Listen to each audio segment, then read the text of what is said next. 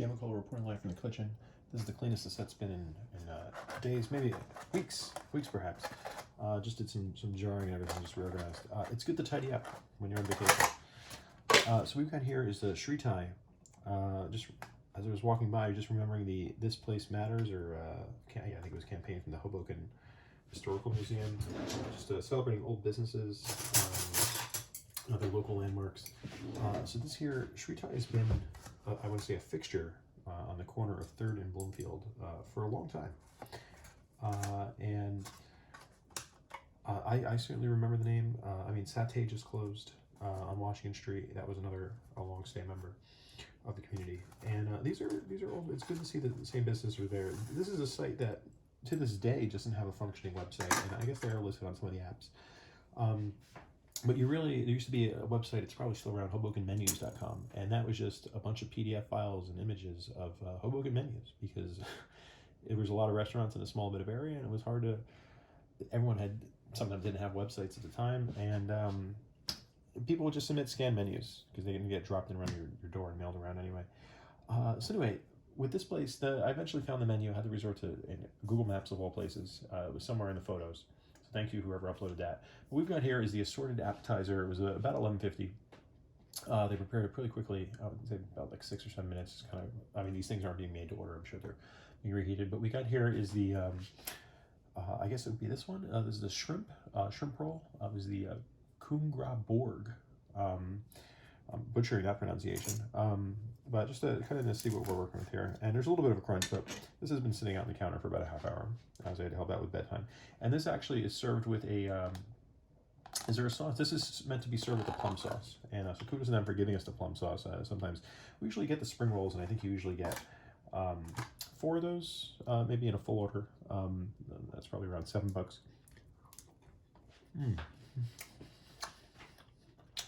It's good. You're getting a whole shrimp there. It's nice. There was a table for 4 in the corner in the window. Looked like they were having a good time. It's a nice social. If you get that corner table, it's good. It's a good spot. And the restaurant is nice. You know, it's real.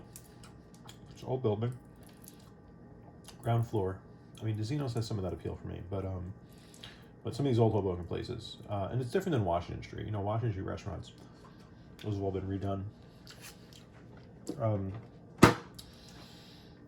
So next here is that we have the steamed shrimp dumpling, pork and shrimp. This is not served with any sauce. So I mean, I'll just use some of the plum. I mean, we have a whole bunch of sauces down here, and I might as well just show you. But there's a lot of options. This is what I'm working with here. I don't know how to cook any of this stuff. There's just so much. We got stuff up there too, like cornstarches, and it's crazy. So we're just gonna. Pardon me if I stick with a plum sauce tonight.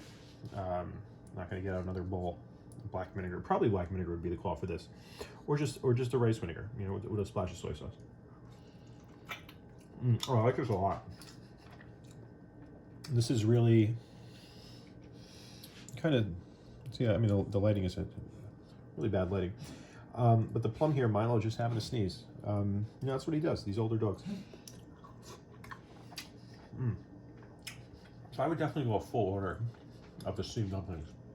Those are just delicious, really meaty. Now the spring roll. This is described as a vegetable spring roll, and Milo definitely heard the crunch, and he's coming over. So you got you got the noodles in there, and this is some carrot, some cabbage. This also would be served with the plum sauce. Really good. Really delicious. I kind of prefer these to egg rolls even. The egg roll is a full commitment. A good egg roll is delicious as well. Some enterprising bar folks have just decided, you know, everyone's seen the cheeseburger egg roll, the cheesesteak egg roll. Easy way to make money, and the ingredients are very basic, right? But now those egg rolls, a basic egg roll you can charge at a Chinese restaurant, where you're talking maybe $3 for it. These other things, you know, like go to a farmer's market, you get like Taylor ham, egg, and cheese and an egg roll. And this plate, and I wasn't impressed with it because they didn't pre-cook the Taylor. You needed a sear in the Taylor ham. But something like the cheesesteak or a cheeseburger egg roll, that just works nicely. Okay, so this, I'm only gonna have half. I'm gonna save some of this for Cynthia. This is the Gari Puff, which is a ground chicken, potato, and it comes with a cucumber sauce. Switch over to this. And it was intentional to leave behind the other half of that spring roll because I might want to pivot to the cucumber sauce. Let's try this. Oh, okay. Really pairs nicely there. Kudos to them for doing with the cucumber. Was there pieces of cucumber here? What is this? Potato. Is that potato? I guess it is chunks of little potato. The cucumber plays so nicely with this. And I guess this is where, like, you couldn't possibly put cucumber in here. It would just wilt away. I will say, number 11 food store, their final day at the Zeno, and they had a eggplant tamarind soup. Absolutely delicious. We got one to go as well. And as well as a Bicol Express. So they just went full Filipino for the last night, and I was there for it. It was just great. So kudos to them. I'm gonna miss them because the brothers are gonna still be around, and I will follow them to whatever they decide to do with themselves. They just put out some soulful food. It is soulful food.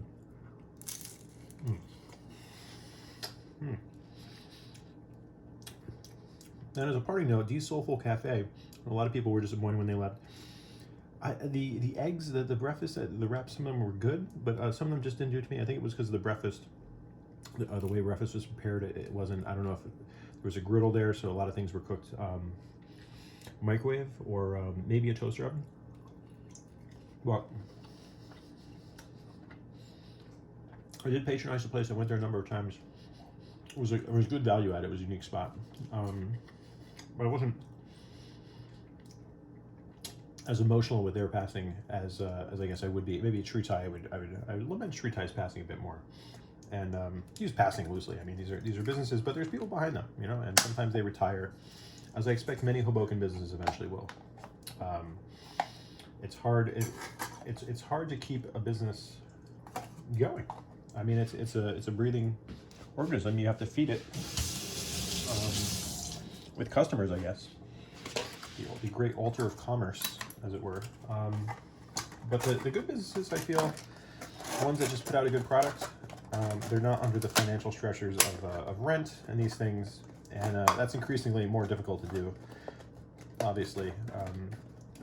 But some of those places Hoboken still has, and as long as they, I guess, they stay in the families and they keep running them, then they'll still be around for us. And that's why we go to Leo's Rendezvous.